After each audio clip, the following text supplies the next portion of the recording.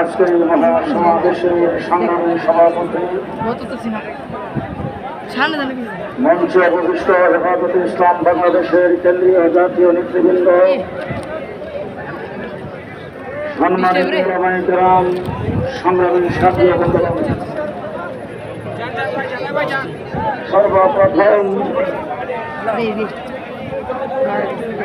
শোক প্রকাশ করছি হেফাজতে ইসলাম বাংলাদেশের প্রতিষ্ঠাতা মহাসচিব, এদেশের আলেমকুল সেরেমনি আল্লামা সুলতান যোগ রহমতুল্লাহ আলাইহি ইন্তেকাল করেছেন। আমরা তার রূহের মাগফিরাত কামনা করছি।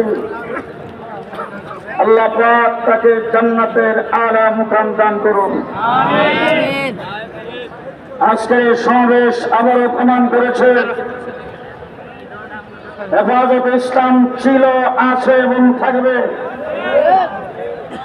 শাপলা চত্বরে 1,54,000 গুলি হেফাজতে ইসলামের নেতা কর্মীদের উপর বুকের উপর চলে।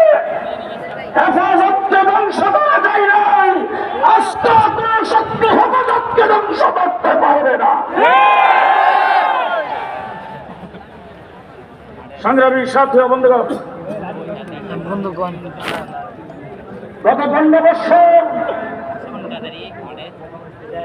দেশের সরকার, আওয়ামী সরকার বাংলাদেশে যে হত্যাকাণ্ড নির্যাতন চলেছে তাতে প্রমাণ করেছে বর্তমান বিশ্ব দরবারে সবচাইতে বড় একটি সন্ত্রাসী সংগঠন আওয়ামী লীগ।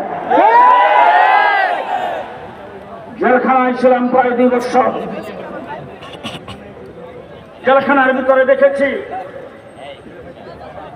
সন্ত্রাসের দায়ে অনেক সংগঠনকে বের করা হয়েছে,